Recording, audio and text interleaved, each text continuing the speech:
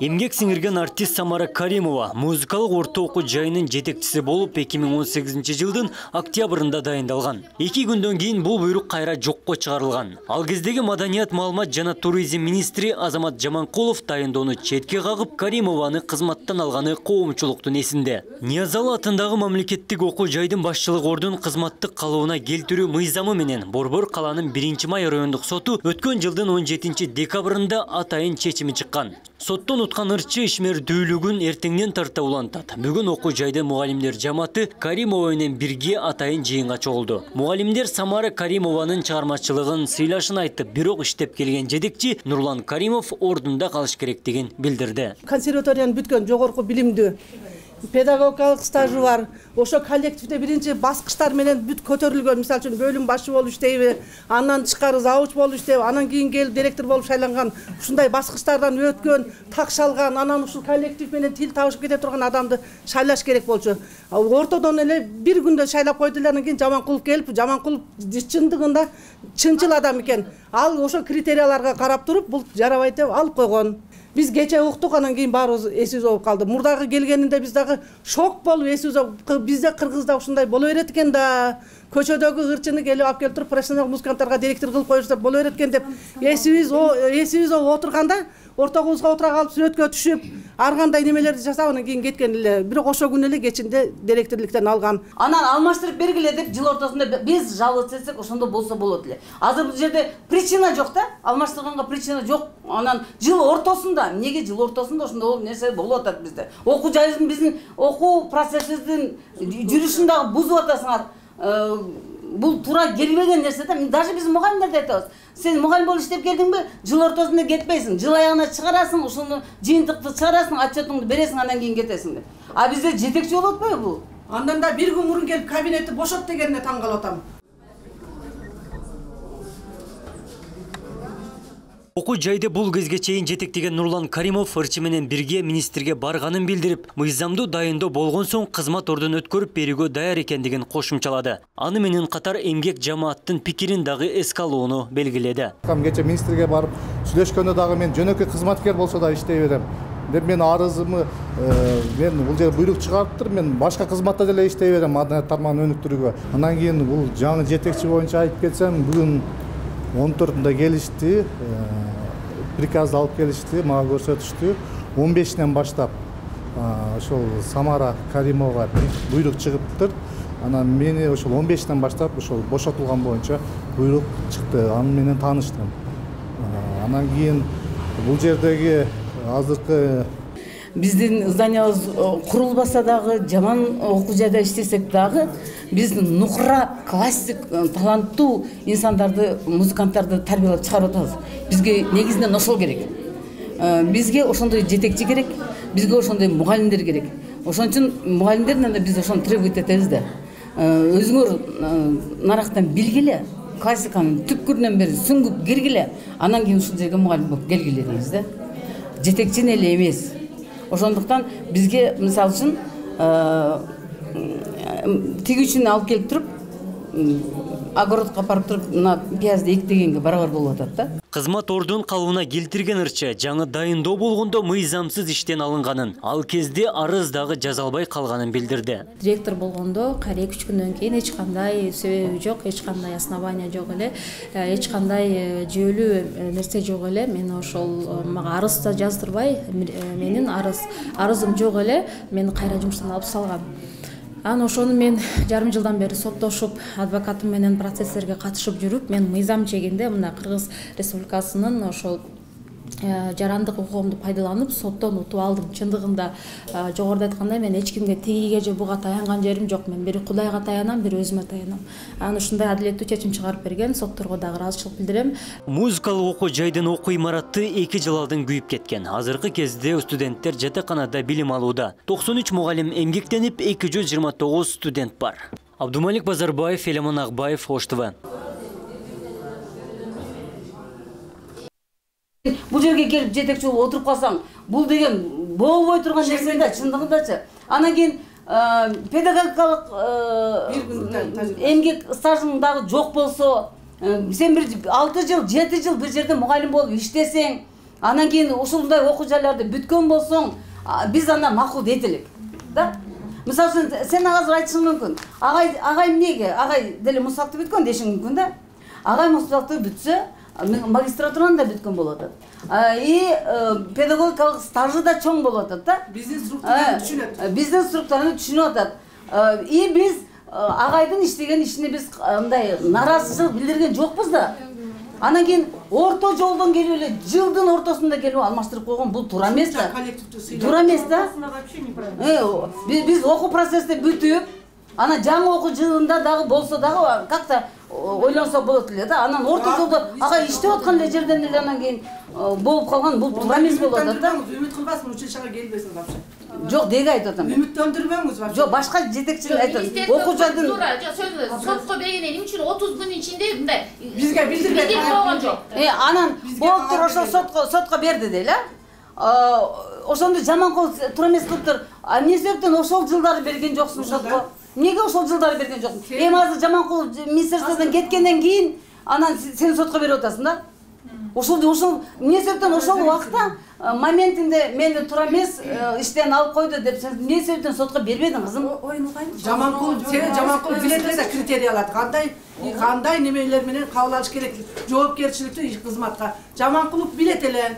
Азыркы министрибиз чота мындай эч кандай неме кылбай эле ошо соттун эмесине макул болгонуна мен таң калып атам. Кандай эле макул болуп буну сразу кое койду. Же биздин Кыргызстанда баардык нерсе сатылып калганбы? Эмне эле? Жок, бул жерде министрликте күнөөлөдө эмне үчүн обжаловать этишпейт? Обжаловать этиш керек да, 30 күндүн ичинде. Бул кишинин укугун ким коргойт? Бунун укугун бир сот коргоптур, акчасын, кекиртегин акча алып алып. Наркынын укугун ким коргойт? Ал деле иштеп атат, жакшы иштеп аткан жерде эмне үчүн козгоп буну кет деп атат, кабинетиңе бошот деп атат. Биз мисалы үчүн биз ошентип коллектив требовать этсек болот эле да. Нурлан Темирович иштеген жок. Бизге иш коллективди ыдыратып атат, например да. Анан алмаштырып бергиле деп жыл ортосунда биз жаловаться этсек ошондо болсо болот эле. Азыр бул жерде причина жок да. Алмаштырганга причина жок. Анан жыл ортосунда, эмнеге жыл ортосунда ошондой нерсе болуп атат бизде. Окуу жайыбыздын биздин окуу процессибиздин жүрүшүн дагы бузуп атасыңар. Бул туура келбеген нерсе да. Даже биз мугалимдерде айтабыз. Сен мугалим болуп иштеп келдиңби? Жыл ортосунда кетпейсиң. Жыл аягына чыгарасың, ушуну жыйынтыкты чыгарасың, отчетуңду бересиң, андан кийин кетесиң деп.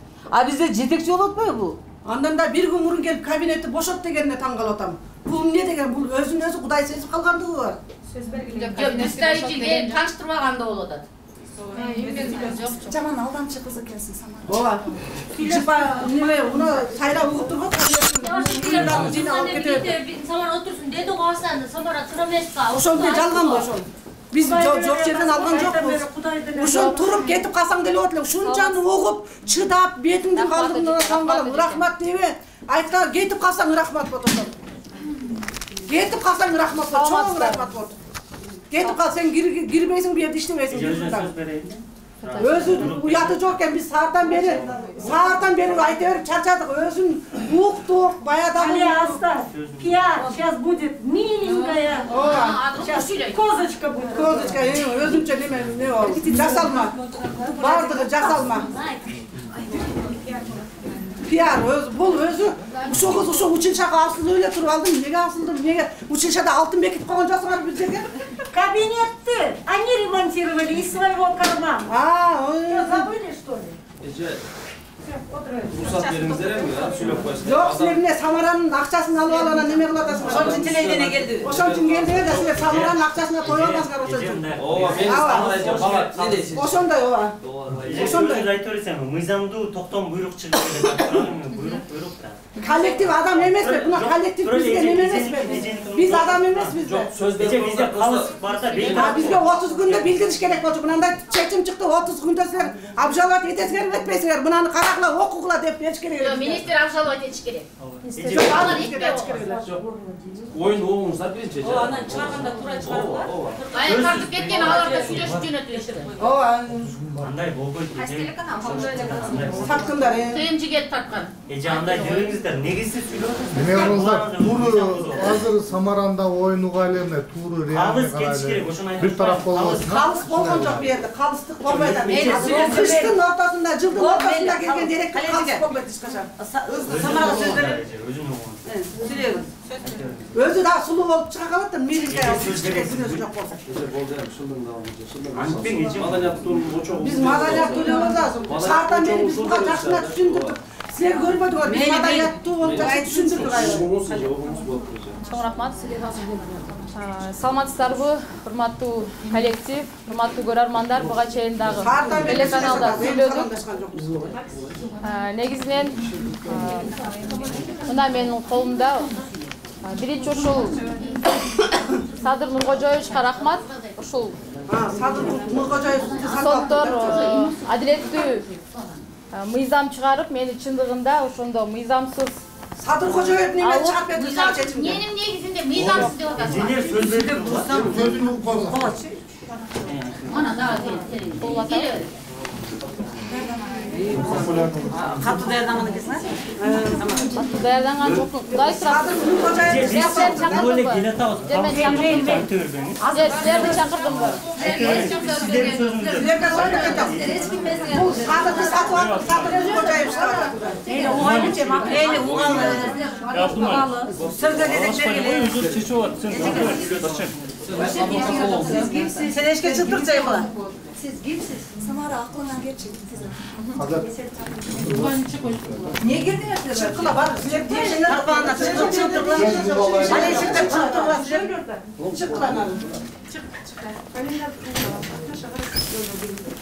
Саламатсыздар, урматтуу көрөрмандар. Ошо буга мен 2 жыл мурун ошол Коштогу училищанын директор кылып, анан ошол эле учурда 3 күндөн кийин ошол кездеги министр Жаманкулов мен эч кандай мага айтпай, эч кандай менин арызымды жаздыртпай, анткени өзү толук кандуу мыйзамдуу өзүнүн приказын чыгарып берген болчу.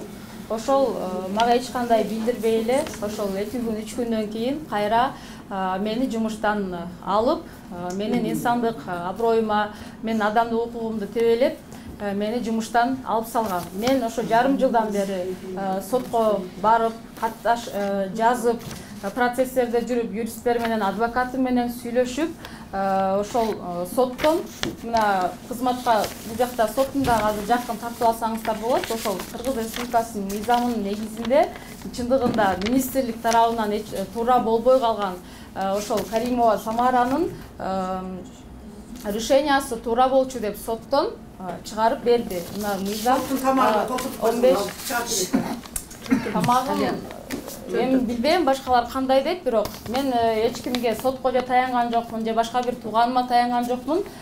Бир Алла Таала колдоду, бир өзүм, бир ошо сотко ыраазычылык билдирем. Мына ошол сени колдоп турдум да. Коллективде эмне дейсиз? Мисалы, буга чейин соттун чечимин баарын эле көргөнбүз да негизи. Анан азыр коллектив сөздөрдүн уктуңуз, каршылыгын уктуңуз дегендей көрдүңүз. Анан бир айдан бери кандай кадам кыласыз? Биз билбедик деп Нурлан аке билет болчу, кече ошо Бишкекке чогуу учуп барып, бизди министр кабыл алды, стат катчы кабыл алды, замминистрлер кабыл алды, анын бардыгы мыйзам чегинде эле ошол сүйлөшүп, өзү билет болчу, ошол процесстердин бардыгын соттон биз утканыбызды дагы билет болчу. Мен сиздердин билишиңиздерди же билбешиңиздерди билбейт элем, урматтуу мугалимдер. Мындан ары кандай кыласыз сен?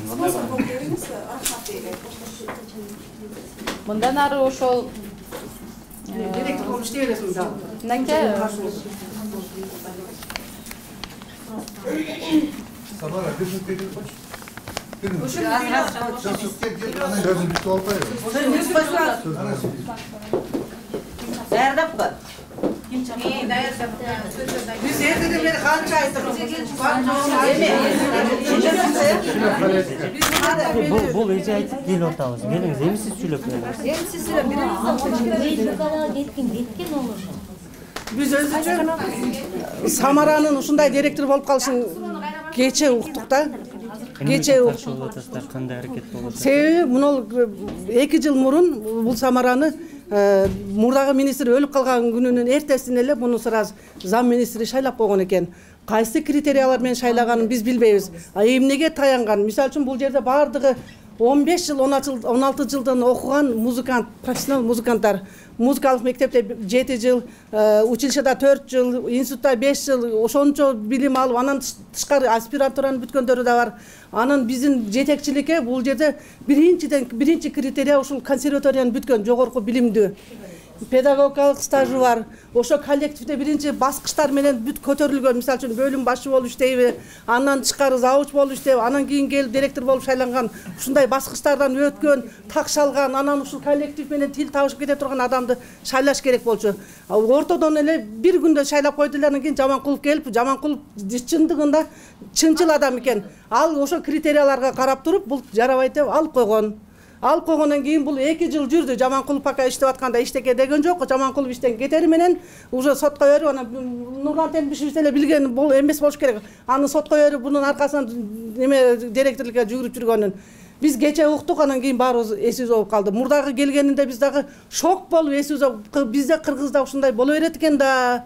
Көчөдөгү ырчыны келип алып келип туруп профессионал музыканттарга директор кылып коюшса боло берет экен деп эсибиз отурганда ортогубузга отура калып сүрөткө түшүп, ар кандай немелерди жасап, анан кийин кеткен эле. Бирок ошо күнү эле кечинде директорлуктан алган.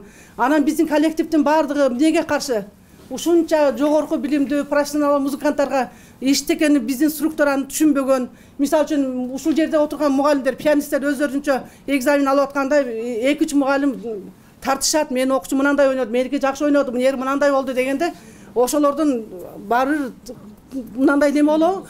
Ошол суроо болот. Кимиси жакшы ойноду, кимиси жаман ойноду. Ошондо биздин директор келип туруп калыстыгын айтыш керек. Муну жакшы ойноду, муна жаман ойноду, мунусу мындай окуп калды, мунусу мындай. Бул өзү иштегени билбесе, музыкалык билими жок болсо, маданият техникумда азыр заочный 3-чү курста окуп атса, анан кандай, кайсы негизде, кайсы критерия менен буну азыркы министр директор кылып шайлап атат билбейбиз. Анан соттордо эле биз азыр соттордун баары сатылып кеткен.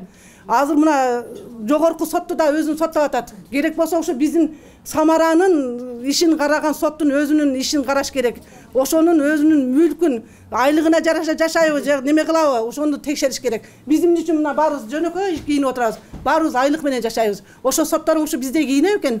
Ушу бизде жакшынакай ушундай болуп жүрөбү экен, аларыңдын кийгенин көрүп, машинасын мингенин айт, үйлөрүн айт. Алар ошо алган парасы менен элдердин каражанын, немесин, жон терисин сыйрып алып анан кийин жашап атышат. Силерге таныштыруу бирөө жарым келди. Эч ким келбеди.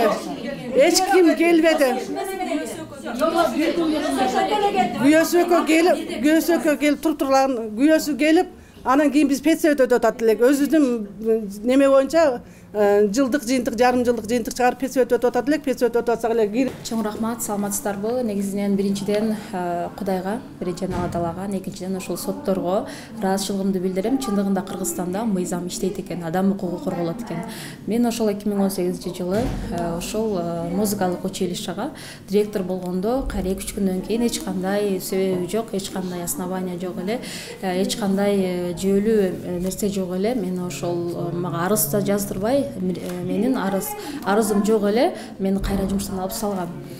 Анан ошону мен жарым жылдан бери соттошуп, адвокатым менен процесстерге катышып жүрүп, мен мыйзам чегинде мына Кыргыз Республикасынын ошол жарандык укугумду пайдаланып соттон утуп алдым. Чындыгында жогоруда айткандай мен эч кимге тигиге же буга таянган жерим жок. Мен бири Кудайга таянам, бири өзүмө таянам.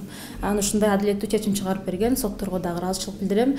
Садыр Нуркожоевичтин бийлигинде ушундай адилеттүү орнотулганына дагы мен өзүмчө ич-ичимден ыраазы болуп атам. Мындан кийин ушундай тигинин тууганы же мунун тууганы же тиги саясат же бул саясат деп ушундай жүйөсүз иштен алып адамдын укугун тебелебес экен деп тилеймин.